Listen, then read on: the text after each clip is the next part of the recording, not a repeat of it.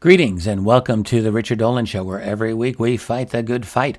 For this program, I am continuing the conversation with JFK assassination researcher Phillip Lavelle about the many complexities and problems with the events surrounding November 22nd, 1963. The assassination of President John Kennedy not only arguably changed the direction of global politics, but it deeply affected the culture of the Western world, and particularly within the United States. It remains a stinging insult to all of us that the officially sanctioned explanation of that assassination, that Lee Harvey Oswald was solely responsible for it, still, after more than half a century, is what our media and our political establishment promote. Even the world of academia, all of them bankrupt on this critically important event. My guest, Phillip Lavelle, is not a published researcher, but he surely is someone with the goods on this event. He has spent much of his life researching it. He has conducted many interviews himself of key individuals. He knows personally most of the major published researchers. He attends the JFK conferences that still exist. My meeting with Phillip recently was a moment of great serendipity, and without giving him the chance to prep at all, I asked him if he would sit down with me for an interview. What followed was more than 4 hours of intense discussion. The first segment of our interview, already published, primarily concerned the background of Lee Harvey Oswald. This segment, part 2, has two major themes. First, the all-important summer of 1963, including a number of other very important characters who have had a hand in this. And next, a discussion of November 22nd itself, the day of the shooting, what the witnesses saw and what they heard, where the shooters were, where they are believed to have been, I should say, the direction of the bullets, and why we can say with virtual certainty that Lee Harvey Oswald did not pull any of the several triggers that were pulled that day. Please enjoy part 2 of the JFK sessions with researcher Phillip Lavelle. And make sure you don't miss parts 3 and beyond. We were just kind of in between Chicago and Miami, and you said we don't really have a lot of the details of Miami. Oh, and then we moved on to Dallas. That's right. So are we going to walk this right through the assassination and then hopefully go back and find out who was behind this? I would love to know what you think about it. But in terms of the events in Dallas, you mentioned Oswald a week before drops a file at the Dallas FBI office there. Special agent in charge gets it. They destroy it. They destroy it after the assassination, and one could only imagine the orders had to come from J. Edgar Hoover. Right. That's the only, yeah, I mean, that's his fingerprints aren't on any document that does that, but no one would ever do something like that. They wanted that destroyed, and the Oswald file at that office also went. So should we get into the actual details? So Oswald now has a job at the Texas, the book depository. Everyone knows about that. That's like another job at the coffee company. Sounds like. He's like, what is he doing there? Boy, you hit the nail on the head on that. Judith Very Baker says that was another Riley Coffee Company job. No one has really nailed that part of it down. But the manager of the Texas School Book Depository reportedly was fearful for most of his life on a lot of stuff. So he may have been, she said, it was the same deal that he had at Riley Coffee Company. What would he have been doing at the depository then? I mean, he's moving books from one floor to the next. But cover for... Oh, it's a cover for, remember, he's doing his anti-Castro stuff, and to cover himself, I should let you know that actually Marina Oswald was down in New Orleans for some part of early '63 in the spring. And then Ruth Payne went and picked her up and drove her back, and she was back there, and then they had to get Lee back there, so they got him a job. Were they living in Dallas? Or near, in Texas? Where were they? Who? Well, Marina and I guess Lee. Where were they? Marina and Lee were, I believe, living in Dallas first when he first came back for a while in the Dallas area. And I've got to remember. Then they moved to New Orleans. Mm-hmm. Then Marina, with the kid, moved back to Dallas, while Lee stayed there for the summer of '63. In New Orleans, okay. And then he didn't come back to Dallas until October of '63. So about like a month and a half before everything happened. Right. So he's got this job at the book depository. Right. And then the day comes, so there's a lot of things about the assassination to talk about. The fact that Kennedy's route was changed to take that little detour around the book depository. That's an assassination alley right there. Right there. You know, instead of going straight down the road, he takes this little side detour where they have to slow way down. That's bizarre. And the fact that Secret Service guys were called off the vehicle. I saw a film of that. One guy, he's about to ride shotgun on one of the cars, is pulled off, and you see him looking mystified at the camera, like, why am I not doing this? And you mentioned the driver, whose last name was Greer. William Greer is the driver, and he was new because his predecessor had died. On October the 18th, out at Camp David, suddenly died out there, and Abraham Bolden, the Secret Service agent that was out in Chicago at the time, he has taken the position. There was between 11 and 14 regular people of Secret Service that would have been on this trip that didn't make the trip for one reason or another. The one was the guy dying out at Camp David. It's my understanding this is Greer's first driving job. One of the things you mentioned was that when the first shot rang out, that driver, according to at least one witness, stopped the car. And the Hicks, stopped the car.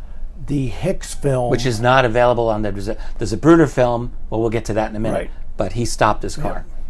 Either that or almost a stop. What you could consider, as someone said, when you throw a ball up in the air and right before it comes back down, does it stop? Well, it probably does stop a little bit. It was it was a very slowdown. In fact, radical slowdown. The Hicks film, HIX, which was taken from the other side. Oh yes, right. Yes, that picks up the brake lights on for sure at that time. So the brake lights came on, and many of the witnesses just referred to it as a stop, and there. So it's in one of the major. It was either ABC, I think, that referred in one of their early reports. The limousine came to a stop, and there were shots, and then that's the initial, the information that they got. So it was a stop or a near stop. Incredible. Yep. And that's. But we are at the now shooting scene. I'm not sure if we should be. We haven't really left New Orleans yet. I'm not. Well, do we need to go back to New Orleans? Is there information we didn't cover? I'm trying. Oswald and Judith Very Baker at the same time on the same day, and she kept the records of her Riley Coffee Company stuff. They had say she didn't work there. She kept everything. It's amazing the stuff that she kept. So that's why her story is backed up with so much stuff. But Oswald got fired because you're working at the Riley Coffee Company and now you're on the news passing out pro-Castro stuff and you get arrested. So they thought it's probably best that we fire this guy, and they let Judy go at the same time. But you have to because this gets in. Didn't the upper management know what the deal was? You'd think they're not hiring this guy ignorant. Did they just get rid of him because of his profile having been too prominent now? Yeah, I mean, that's the thing. They had to make at least. I mean, they couldn't let this for appearance's sake. For appearance's sake. And there was some other very bad thing that Judith Very Baker did that I actually mentioned at dinner. Remember, they're working for Oshner on the side job where at David Ferry's house there's all these mice in cages, etc.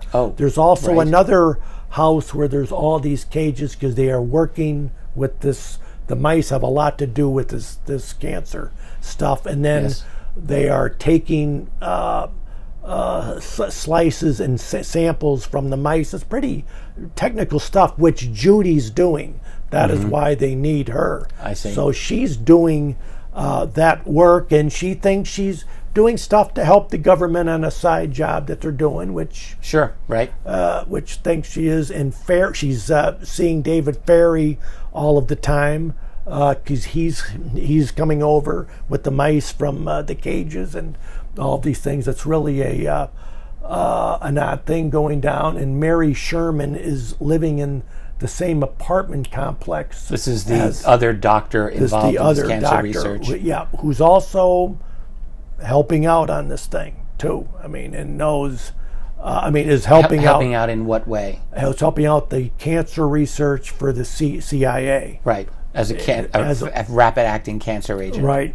Right, and so that's doing that. But we have gotten to the point now where they're got to now test this cancer and to see if it's going to work on a human, and that's where a trip was made up to this area about an hour outside. If I heard the city, I would remember. It's about an hour outside of New Orleans, where there's a place for the criminally insane, where they keep them.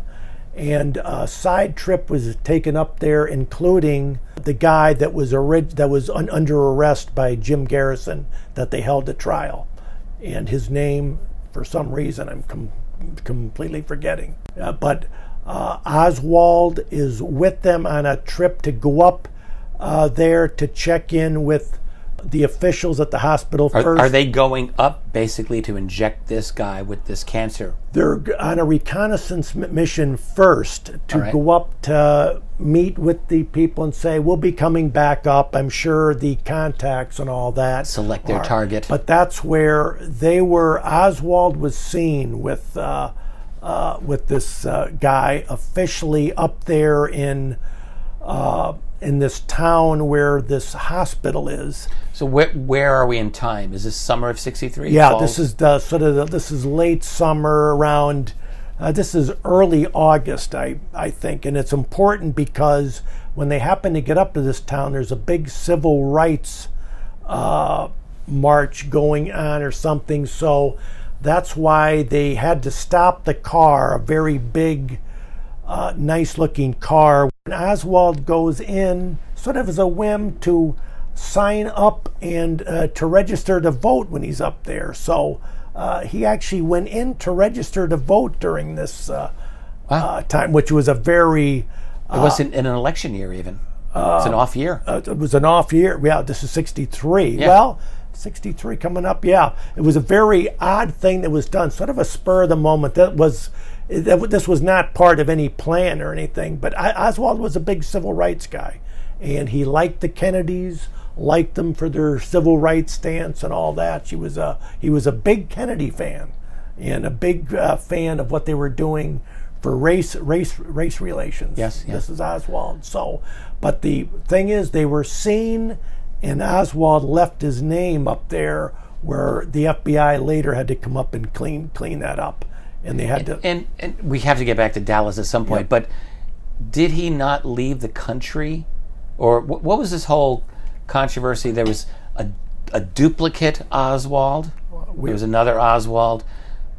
I actually don't remember this. When we get over to Dallas, we'll have to. We'll have to go back into the second this, Oswald. We'll have to get over to that. So where should we go from here? That's just an interesting little story. And that's part of the. Well, it's very important because the second investigation was checking into this very much to find out, and witnesses. They also said that Oswald was seen up there with a young girl that they've never identified, and it's presumed as Judith. She Baker. was in on.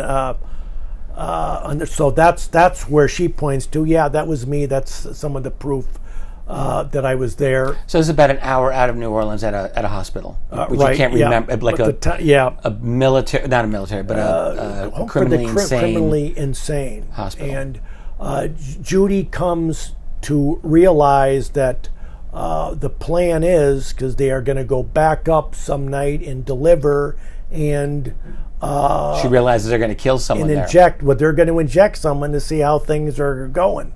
And she must have had some reservations. She had very much, and she broke a terrible rule. She left a written note for Ochsner at the hospital about this. I don't feel right about this thing, and he blew a gasket to be leaving a written thing about this, and that she's ready to talk about this thing, and this is all upset. The next thing, she wrote a letter to Ochsner, right, and left that he got. So that's what got essentially Oswald. I think that they knew that those two were an item and all that, and as he told her, both you and Lee are expendable on something. So that's how they both came to lose all of the thing they had lost. This could have resulted. Is this what made Oswald himself expendable as the patsy? You know what? That's a good question. When they suddenly decided we are going to go and try to kill Castro with this thing, and then it was always thought the people that were going to go after Castro and to spend all this effort in killing him and said, no, the real problem is here. It's John F. Kennedy, who they really have a thing against, and they had decided we're just going to take care of him. And then the forces of that whole movement was that's a fascinating theory. Now, is this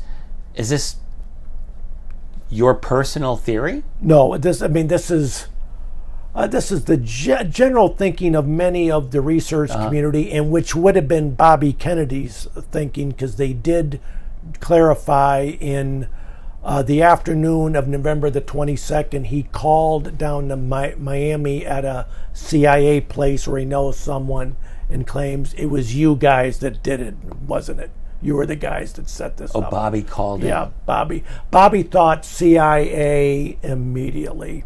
He had thought it was an inside job, and because of the position he was in, he may have known Attorney General, Oswald's name. Boss. Yeah, he may have known Oswald's name. Oh, indeed, yes. To other stuff. There's some thought that that's quite possible, and that was being developed by the Dr. Mary's Monkey author, but that is not nailed down. But that's the general thinking. If there's some stuff that is really high speculation or something, I will say, and that is speculation, that they were going to try to kill Castro, and then they thought, you know what, we're just going to take out the president, and Oswald becomes expendable in that. Right, yeah. And maybe because of the security breach over this other project would have been at least added incentive, you could at least imagine. Yeah, because Ochsner was a very high-level source used by the government in all sorts of stuff. Are we ready to go back to Dallas and on November 22nd? Or we're probably ready to go back by the spring. Marina is back in Dallas. Ruth Payne. Now, who's Ruth Payne again? Ruth Payne is... She's a landlord, I think? She's the landlord of where Marina is staying, and where Lee would go over to visit the child and all that. Yeah. And the idea was to keep those separated, Marina and Lee, so Lee could live in a different place because he's doing all this other night work and these other jobs, trying to infiltrate or be with these anti-Castro Cubans and doing all this stuff up in Dallas. So he is there. So they are living in two separate places there. He is living under the name O.H. Lee at Mrs. Roberts' boarding house, and Ruth Payne is living with Marina and has the kids there. And, okay. So then he goes back, which we mentioned, in October of '63. Right. He's got a job at the book depository in Dallas. And the job was obtained by Ruth Payne. She was the one that got the tip. She got Oswald the job. She got Oswald the job at the... so she's connected. She has to be. Her sister absolutely worked for the CIA. Here we go. Of course. From 1953 to 62, I believe, are the dates. The Freedom of Information can get the dates. It can't really get what she was doing, but she was there. But Ruth, I heard her talk, and this is verified. In the summer of '63, she drove and she went to visit her sister in D.C., and from there she drove to New Orleans and picked up Marina Oswald. She's a little bit more than just some nice landlord. Her She's doing father, serious work here. Her father worked for the Agency for International Development. He was an underwriter for Nationwide Insurance, but I specifically asked to her face, Ruth Payne, if her father was working for the CIA, and she basically admitted that, well, yes, the Agency for International Development was always thought to be with the CIA, and my father did work there. Then I did ask her, did your sister work for the CIA? And she went, I don't know. And like that. With a very, she was very nice up to that point. A stony face. Yes, it was very, very stony face. And they know for absolutely sure the sister did. And then the sister's husband also worked for the Agency for International Development. So the connection... So she gets Lee the job at the book depository, which is right on the path of the assassination. Correct. And the investigation in '77 was investigating this part where she got the job for him at the depository, but an agency that had found a better job, paying a lot more per hour, called up the Payne house. That's the phone number Lee left, and there was only two women that lived there at the time, because supposedly Ruth Payne was split from the husband. Okay. Conveniently, they're back together, and they have been since this occurred. But they had found out that they called up and told someone that could speak English at the Ruth Payne house. There's only two women there. One can't speak English, only speaks Russian, and one speaks English. And they told Ruth Payne that we have a better job for this Lee Oswald, and it's it's a baggage handler or something to that effect. But at some other location. Out at the airport, Which is not a useful location. Correct, and the message never got delivered. Of course. And she didn't, and she can't quite remember too much that phone call. No, they needed Oswald to be at that location. Place. That's obvious. Yep. And that's it. So that's why Ruth Payne, that connection of how she's there. So there's a big CIA connection with Payne, and the Paynes knew George de Mohrenschildt. Yes, indeed. We've talked about him. Yes, and they were in the same circles in the Russian immigrant community in Dallas before George left in the spring of '63. That's where I don't have the dates of when Lee lived there first. Then he went to New Orleans, or him and Marina went. I just want to make sure I'm getting. So George de Mohrenschildt, he's very important in this. He was described as Oswald Lee's mentor, handler, someone important. Handler, yes, someone. In summer of '63 onward, I think, right? Correct. And you're saying he was connected with Ruth Payne? Yes, they were in Okay. the same Russian immigrant community that would hang around and meet in the Dallas area. Ruth Payne wasn't Russian, though, was she? No, but she was very interested, and she's supposedly a Quaker. And de Mohrenschildt was Russian? He has I a always thought Russian. He was German, but no. No, I think there was a Russian okay. or something immigrant thing, and he had all sorts of connections. One thing that with I the CIA. had read, I don't remember where, but that de Mohrenschildt's wife was the secretary or a secretary of Abraham Zapruder, who shot the film. Right. No. I don't know if that's true, but that's what I had come across that at some point. And I don't know what that connection exactly means. So that's just another. Here's Abraham Zapruder, the man who has the film where the president is being shot, murdered. He shoots the famous Kennedy assassination film, and he runs a textile operation, and his secretary is de Mohrenschildt's wife. I did not know that, by the way. Well, and it may because be, you don't know that, I'm doubting it now. No, I don't. Yeah, no, that's something I would like to check into. I could be wrong. Right. But that would be another interesting connection, would it not? We're going to take a very, very quick break, and we're going to resume in just a moment. We're back. We just had a quick break. I'm here with Phillip Lavelle, JFK researcher. You haven't written any books, but you've done a lot of the interviews of some first generation witnesses, people connected to the case. You know the literature is seemingly close to inside and out, and we've really done all background up until the shooting itself. I was about to jump us into the 22nd of November, but you wisely gave us some more background. But do we want to just look at the events of November 22nd?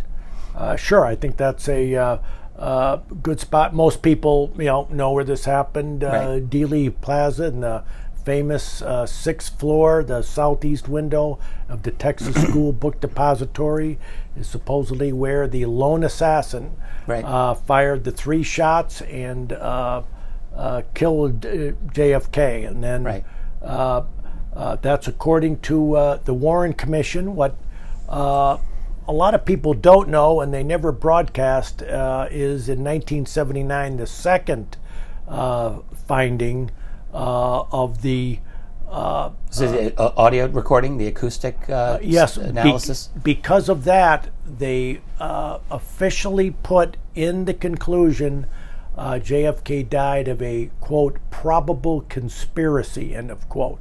I shouldn't have interrupted you. So in 1979, it was revealed that there was another audio recording of the shooting, of the assassination. And the analysis pointed out, I think, not less than 4 shots. Is that right? Not less. Yeah, when you get down into it, it's 5 shots for absolutely sure. Okay. Potentially several more. Oh, I see. But 5 for certain. Which would obviously rule out a single gunman. Correct. And the way they set up the acoustics test, which was done very professionally, and also one other firm went completely back over everything the first firm did and said the same thing. The location can be nailed down. So they know that the 4th shot for sure came from what's known as the grassy knoll area, and specifically 12 feet to the right of the corner fence there. I mean, that's how specific that they have that nailed down. I think many people can visualize this, but there are people listening who probably cannot visualize this. Right. So I'll just give it a shot. Yeah. So when Kennedy's, the motorcade is going down the little street in Dealey Plaza, the book depository now is behind him, and all of the allegedly 3 shots that the Warren Commission concluded came from behind, from the 6th floor, and that was supposed to be Oswald. However, there were witnesses, you're going to describe this, who said, no, there were shots coming from ahead to the right, which was called the grassy knoll, and there was bushes, or like a wall. There was a fence. There was a wooden fence. And people said that they saw individuals there, I believe. But anyway, if a shot came from the front, then that would explain. We'll get into the head wounds, I suppose, Right. when we get to it. But anyway, I'm getting ahead. So anyway, you said the fourth shot was definitively concluded through the acoustic analysis? Correct. To be from the grassy knoll. I guess I didn't know that. That was what they don't broadcast is that the firm said there was 5 shots for absolutely sure. Now, and there's other, I forgot they called pulses that are on the thing that go up to as many as 12 or 13. I mean, it's really, but they can't nail that down, so they just stick with what they do know. All right. So 5 is a conservative. Right. So let's go. What the Warren Commission has Lee Harvey Oswald. This is what they state is that he was up there, fired the shots, he cleaned up the gun. And this is the Mannlicher Carcano rifle. Right. Yep. Which has a bolt action. This particular Italian one was not accurate Mediocre. at all. Yep. Yeah. It was known as being a very poor military gun by the Italians. In fact, it had some name, the friendly rifle or something, because it didn't seem to kill anyone. And that's all. There's that. There was also, well, we're probably getting ahead of ourselves on it. The scope was off 10 degrees when they went to test it. And meaning if you're looking at the object ready, it's 10 degrees off when you were aiming. So you had to adjust the scope by 10 degrees to make it accurate so they could test it. Again, a lot of people don't know that, and that's something. But this is what the Warren Commission says that he did. Fired the 3 shots almost perfectly. At first, they went with 3 shots and 3 hits. Or 1 shot hit Kennedy, 2nd shot hits Connally, 3rd shot hits Kennedy. That's what they came up with, and they had that nailed down. They said that he then had to clean off the rifle. He then went over, walked all the way over. Clean off as in for prints? Yes, for prints, because they didn't find any prints the first couple days. Then he went over, moved some boxes on the opposite corner of the building, hid the rifle there, went down 4 stairs. 4 flights of stairs. 4 flights of stairs. Yes. To the 2nd floor, just up on the 6th. So where there was a Coke machine? Correct. Where he came out, grabbed himself a Coke. Well, they don't want to agree to the Coke. They don't want to agree to the Coke. But they are stating that he was down there and that 2 minutes elapsed, and 2 witnesses that saw him, the police officer that came in, Marion Baker, and Roy Truly, the manager of the building, said they both saw him. They both agreed, not out of breath, didn't seem to be excited, and seemed to be a little startled because the police officer had his gun out. And Roy Truly said, he's okay, he works here. And then they moved because they were looking for the staircase to the roof. However, Oswald had to be absolutely terrified in reality, I would think. Right.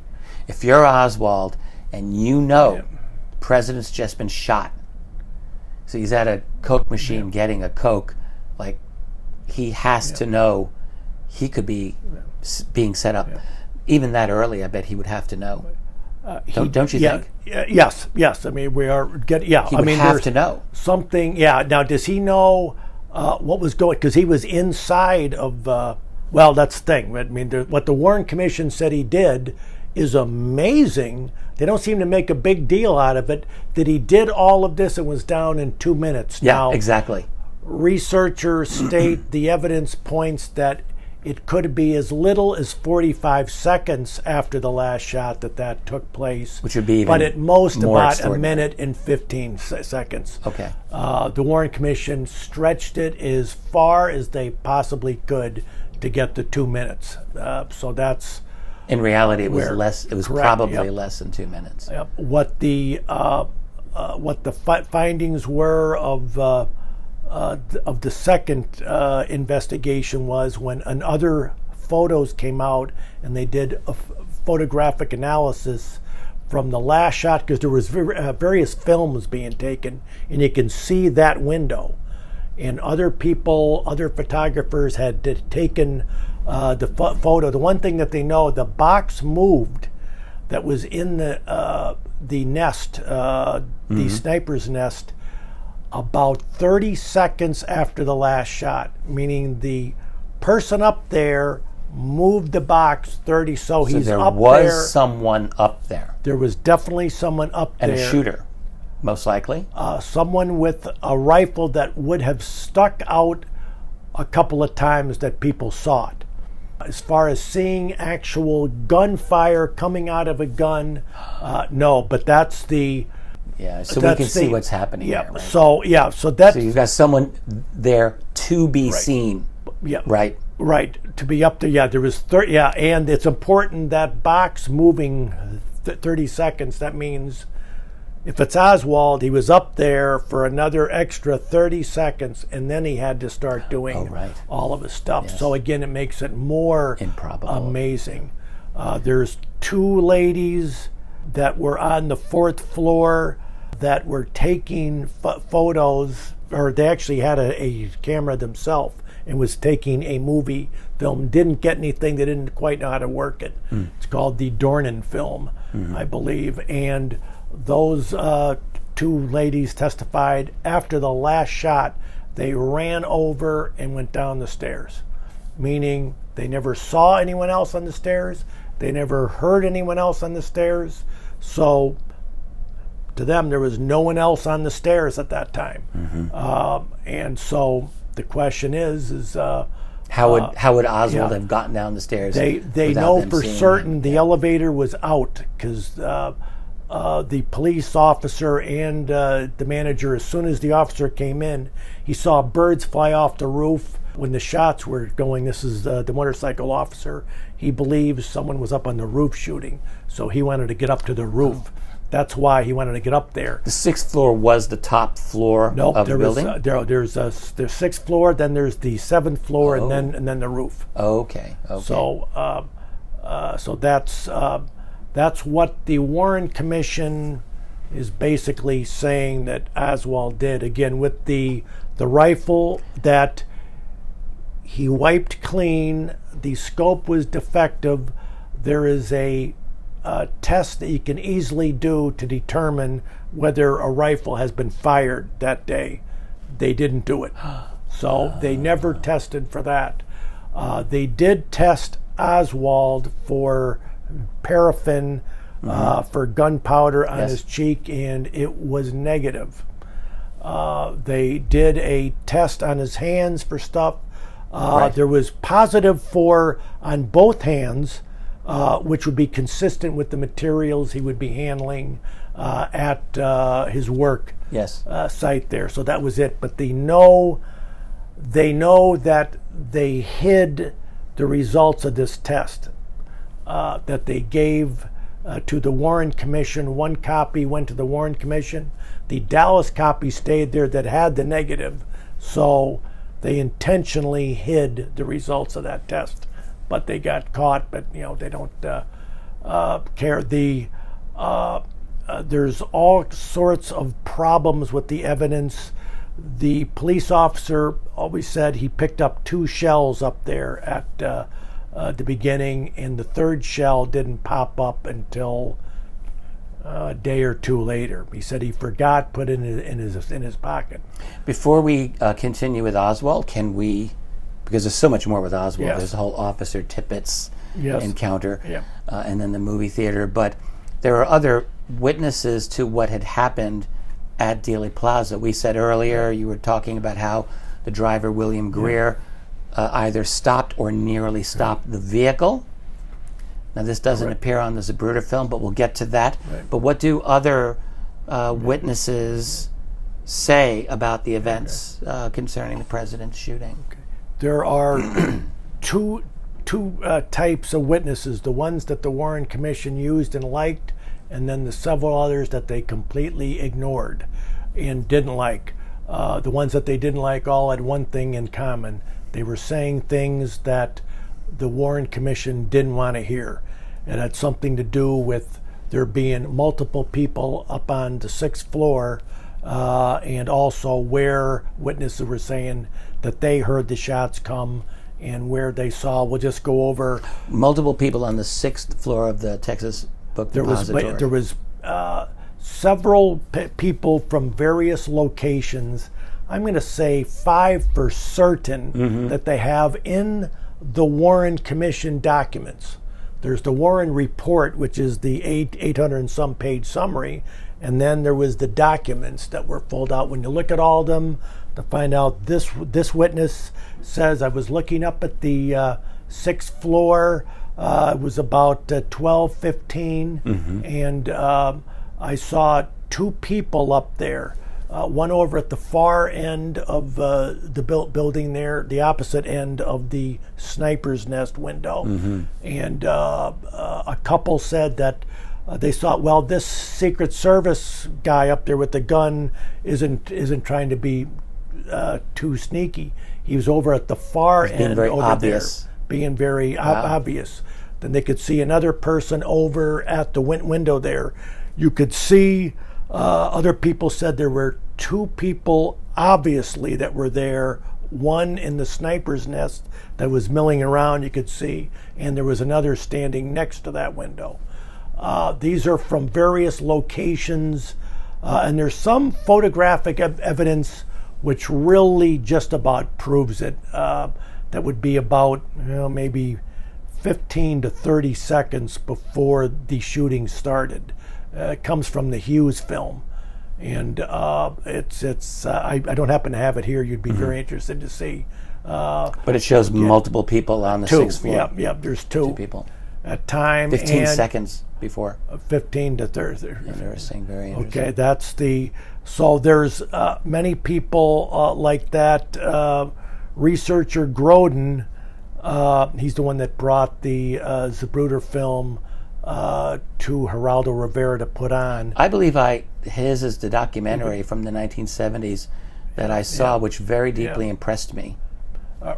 If I'm not mistaken, I think he was. He was very, very good. I mean, this is not one of those ones that's a fact, but Mrs.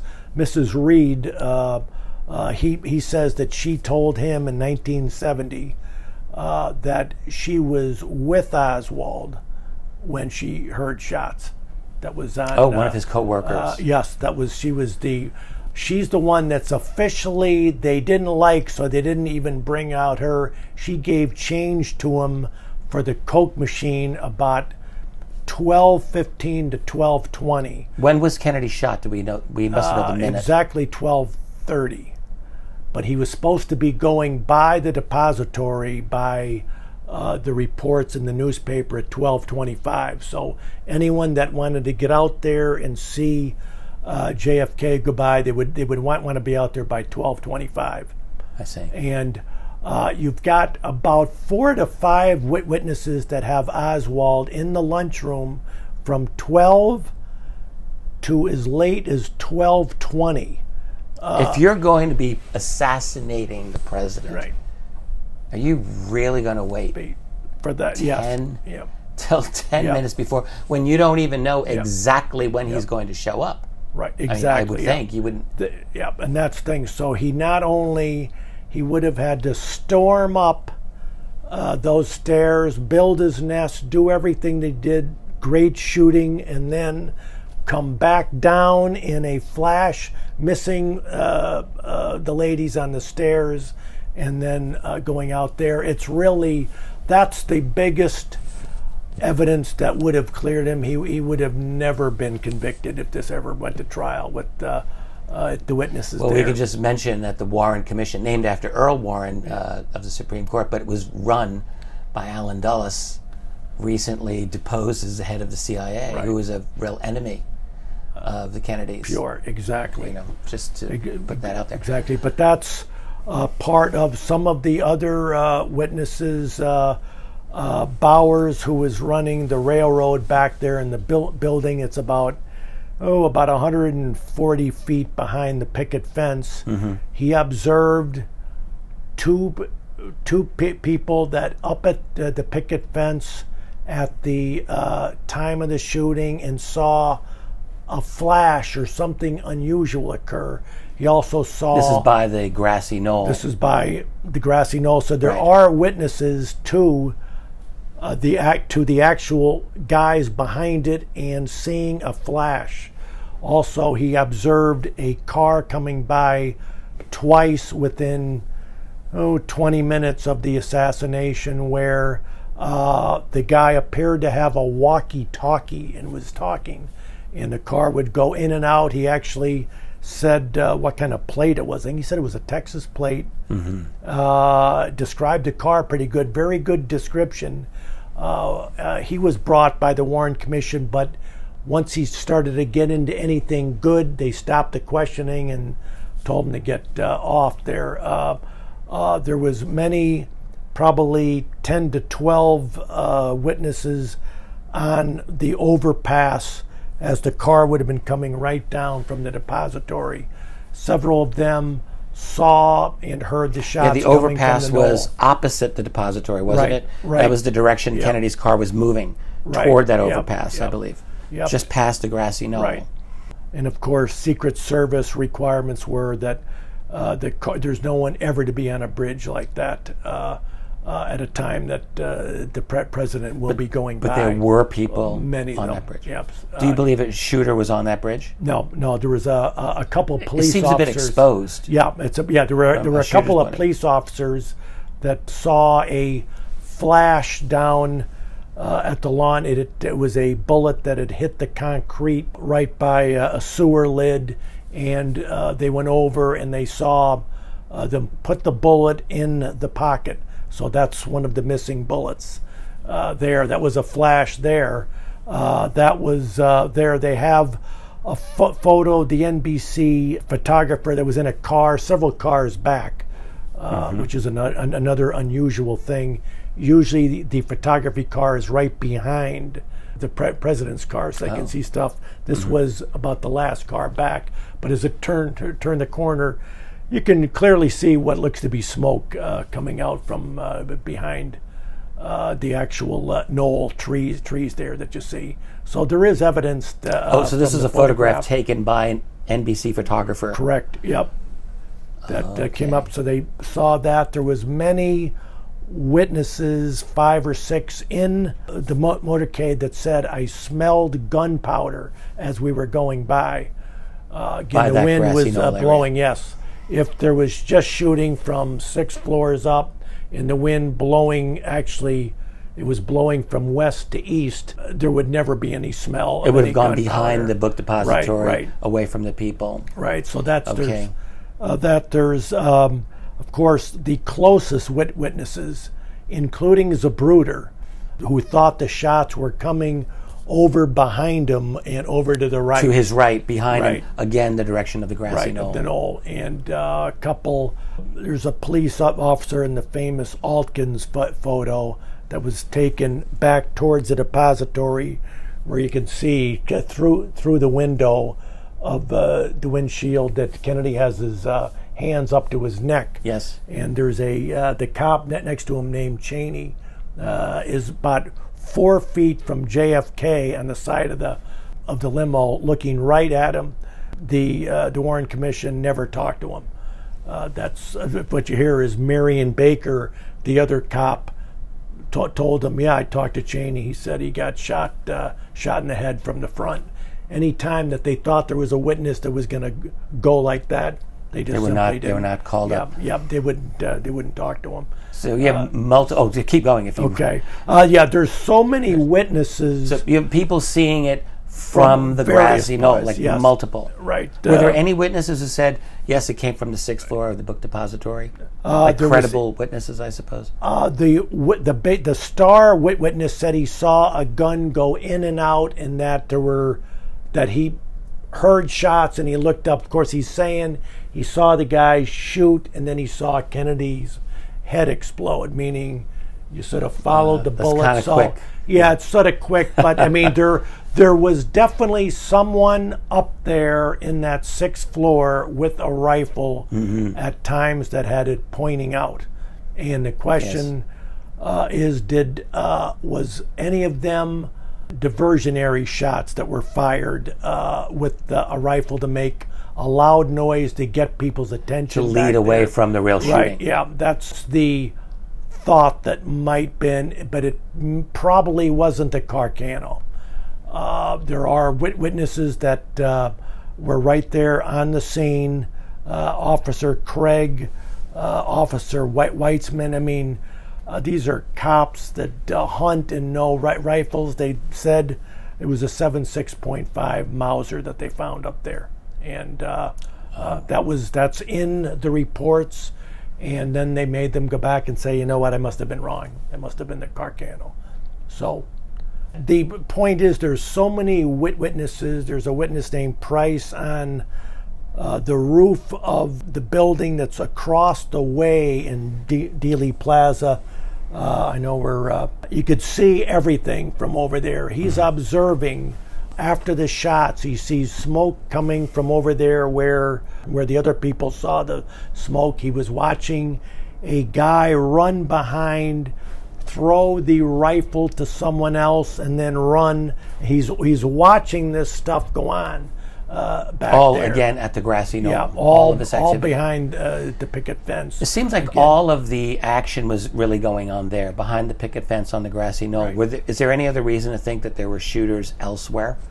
Yes, there was definitely some shooters from behind, and the question is, where were they on? Above or lower? Yeah, right? Or were they over on the other window of the depository because of the steep angle that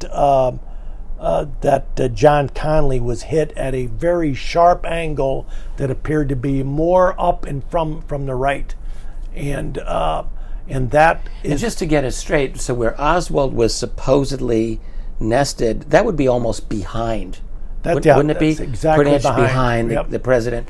So if it's over to the right, it would have to be in a very different part of the building. Yes, it would have to be over. Yeah, it would be over on the far, but high up. High up, correct, and possibly on the roof. Now, there are photographs of 2 different rifles coming out of the depository that day. There's actually 2 separate photos, and reports of a rifle being found on the roof, and that's of the depository. But most thinking is there must have been a rifleman over in the Dow Tex building that was right next to the depository across the street. One of the shots came in that hit him here, came in apparently on a low, almost flat trajectory. Which hit Kennedy. Yes, that it hit Kennedy in the upper back, about 2 inches to the right of the spinal canal, and then Conley was hit from the back at a sharp angle, much higher. So, all right, so there were definitely shooters from behind, probably the book depository. Do you think? Yes, I think there had to be shooters there. Yes, but it was such a poor place because of the trees that got in the way. Especially of the critical first shots, that the tree that was growing up, it was a poor place to be shooting from, especially when the window was only open like this. There's a pipe there in the window too. It was just a poor place to be trying to shoot someone on that. But there was definitely, probably from a couple of the witnesses that saw like a pipe object or a rifle come out, someone was in there with a rifle and very easily may have made a couple of the diversionary shots on that. And we do know that there's probably as many as 3 to 4 or 5 missed shots, and that were actually found and pretty easily documented if they looked at it. So how many bullets altogether were possibly fired? Potentially Maybe more than 10, a dozen? Probably 6 up to 10 because I know Jim Mars always thought there may have been 3 volleys where it was radio controlled volleys. One, boom, boom. So you have. Oh, I see. Yes. And that's why. And there were a lot of ear witnesses. Boom, boom. That were hearing that. And some of the shots were with suppressors, the name for silencers back then. So that was going on too. A couple of the shots were extremely loud from the depository, and that sounds like a diversionary it sure does. Thing there. So it sure does. That is what they think. But whether or not the Carcano was ever shot that day was never tested. Right. Like extraordinary. And it was and so that's the the witnesses in this area. It would be so hard to convict them just on that evidence alone. This concludes part 2 of my interview with Phillip Lavelle. Make sure you catch the rest of this fantastic discussion. Phillip will have more to say about the tampering and destruction of evidence, including that of the most important evidence of all, the body of the president. Make sure you don't miss it. Thanks for listening. And remember, while we learn and grow and search for the truth, let's be good to each other. Later.